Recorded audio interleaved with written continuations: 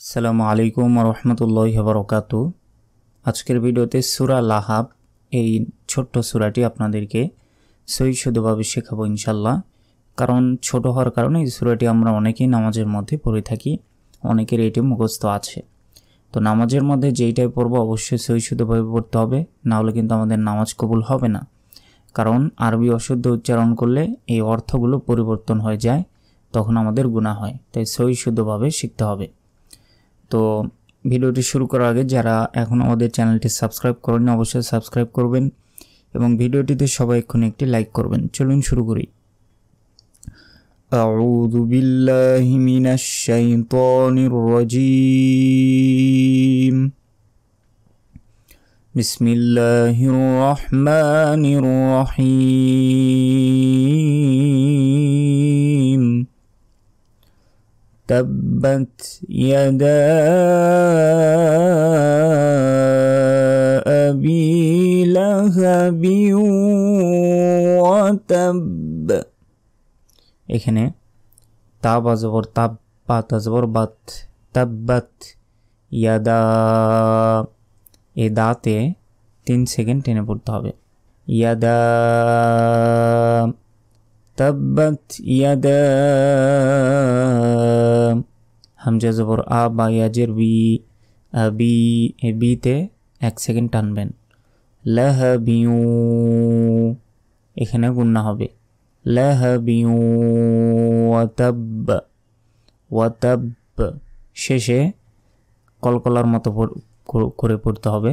কারণ এখানে যদি আমরা থামি তাহলে শেষ করে সাকিন দিতে হবে, আর এইখানে কলকলা হবে। ওয়াতাব ওয়াতাব। তাব্বাত ইয়াদা আবি লাহাবি ওয়াতাব। ধাক্কা দিয়ে শেষে। এর অর্থ হলো আবুল হাবের হস্তদ্বয় ধ্বংস হোক এবং ধ্বংস হোক সে নিজে। পরের আয়াত। মা এখানে 3 সেকেন্ড উপরে চিকন চিহ্ন আছে। আউনা মা আউনা।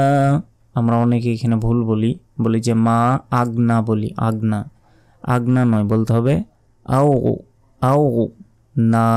নাতে 1 সেকেন্ড টেনে পড়তে হবে। মা আউনা আনহু, আনহু। আমরা অনেকে বলি আনহু, আনহু নয় আনহু, আইন আছে, আইন নুন জবর আন হাফেজ হু, আনহু। মা 1 সেকেন্ড টানবেন। লুহু, হুতেও 1 সেকেন্ড টান হবে।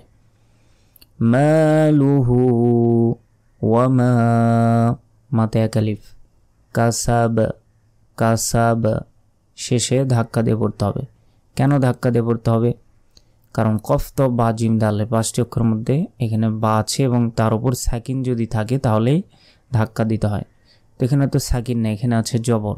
কিন্তু আমরা যেহেতু এখানে থামবো, এখানে যদি থামি তাহলে শেষ অক্ষরে সাকিন দিতে হবে। তাহলে বার উপর সাকিন মানে এখানে ধাক্কা দিয়ে পড়তে হবে। কাসাব বলা যাবে না, বলতে হবে কাসাব, কাসাব। মা আউনা আনহু মালুহু ওয়ামা কাসাব। এর অর্থ কোনো কাজে আসেনি তার ধন সম্পদ ও যা সে উপার্জন করেছে। তারপরে আয়াত। সায়াসলা, সায়াসলা। আমরা অনেকে ভুল বলি যে সায়াসলা বলি, সায়াস নয়। এখানে তো আছে সৎ, সিন নাই, তাহলে এটার উচ্চারণ হবে ইয়া সৎ জবর ইয়াস, ইয়াস, ইয়াস বলবেন না, ইয়াস। সায়াস লা, লাতে 1 আলিফ, না 1 আলিফ, রং গুন্না, যা 1 আলিফ, তালাহাব, তালাহাব। এখানে শেষ অক্ষরে সাকিন দিয়ে উচ্চারণ করতে হবে। যদি এখানে আমরা যেহেতু থামবো তাই শেষ অক্ষরে সাকিন দিতে হবে, আর বা অক্ষরের উপর সাকিন মানেই ধাক্কা দিয়ে পড়তে হবে। লাহাব, লাহাব। সায়াসলা নারান যাতা লাহাব। এর অর্থ সত্তরই সে প্রবেশ করিবে লেলিহান অগ্নিতে। তারপর ওয়ামরাতুহু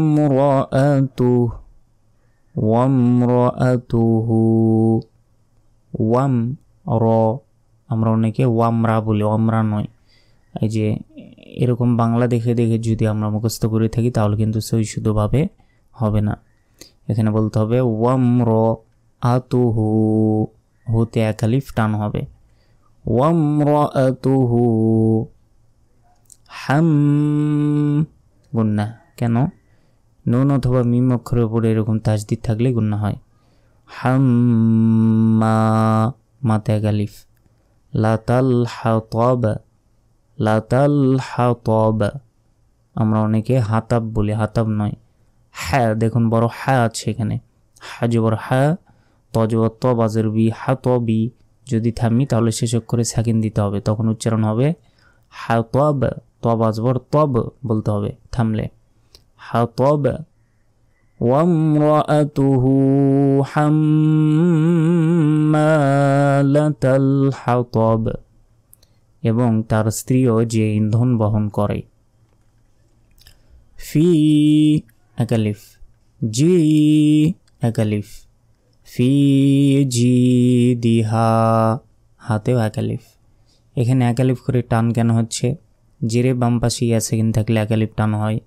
এখানেও জেরে বাম পাশে ইয়া রয়েছে, ইয়া সেকেন্ড আছে, তাই এখানে এক আলিফ। আর এখানে জবরে বাম পাশে খালি আলিফ আছে, তাই এখানে এক আলিফ টান হবে। ফি জি দিহা হাব, দেখুন বা অক্ষর ওপর সাকিন আছে। কফ ত বা জিম দালে পাঁচটি অক্ষর ওপর সাকিন থাকলে কি করতে হয়? ধাক্কা দিয়ে পড়তে হয়। হাব, হাব নয়, হাব, হাব। লুম গুন্না হবে, হাবলুম। এখানে লাম গিয়ে এই মিমকে ধরবে, এই মিমের উপর একটা তাজদিদ হবে, কিন্তু এখানে দেওয়া নেই। লাম মিম পেশ লুম গুন্না হবে। তারপর মিম মিমজির মিম, হাবলুম মিম মাসাদ, মাসাদ। এখানে যদি থামি তাহলে শেষ অক্ষরে সাকিন দিতে হবে, দালের উপর সাকিন মানে ধাক্কা দিয়ে পড়তে হবে। মাসাদ। ফি জিদিহা হাবলুম মিম মাসাদ, অর্থ তার গলায় পাকানো রশি। চলুন প্রিয় দর্শক, আমরা সূরা লাহাব একবার রিডিং পড়ে নিই, এইভাবে আপনারা মুখস্থ রাখবেন। বিসমিল্লাহির রহমানির রহিম। তাব্বাত ইয়াদা আবি লাহাবিন ওয়া তাব, মা আগনা আনহু মালুহু ওয়া মা কাসাব, সায়াসলা নারান যাতা লাহাব, وامرأته حمالة الحطب في جيدها حبل من مسد। সুপ্রিয় দর্শক শ্রোতা, আশা করি আপনারা সকলেই সূরা লাহাব কীভাবে সহিষ্ণুভাবে পড়তে হয় সেটি বুঝতে পেরেছেন। কোরআন মাজিদ শিক্ষার বাকি পর্বগুলো দেখার আমন্ত্রণ জানিয়ে আজকের মতো এখানে শেষ করছি। আসসালামু আলাইকুম ওয়া রাহমাতুল্লাহি ওয়া বারাকাতুহু।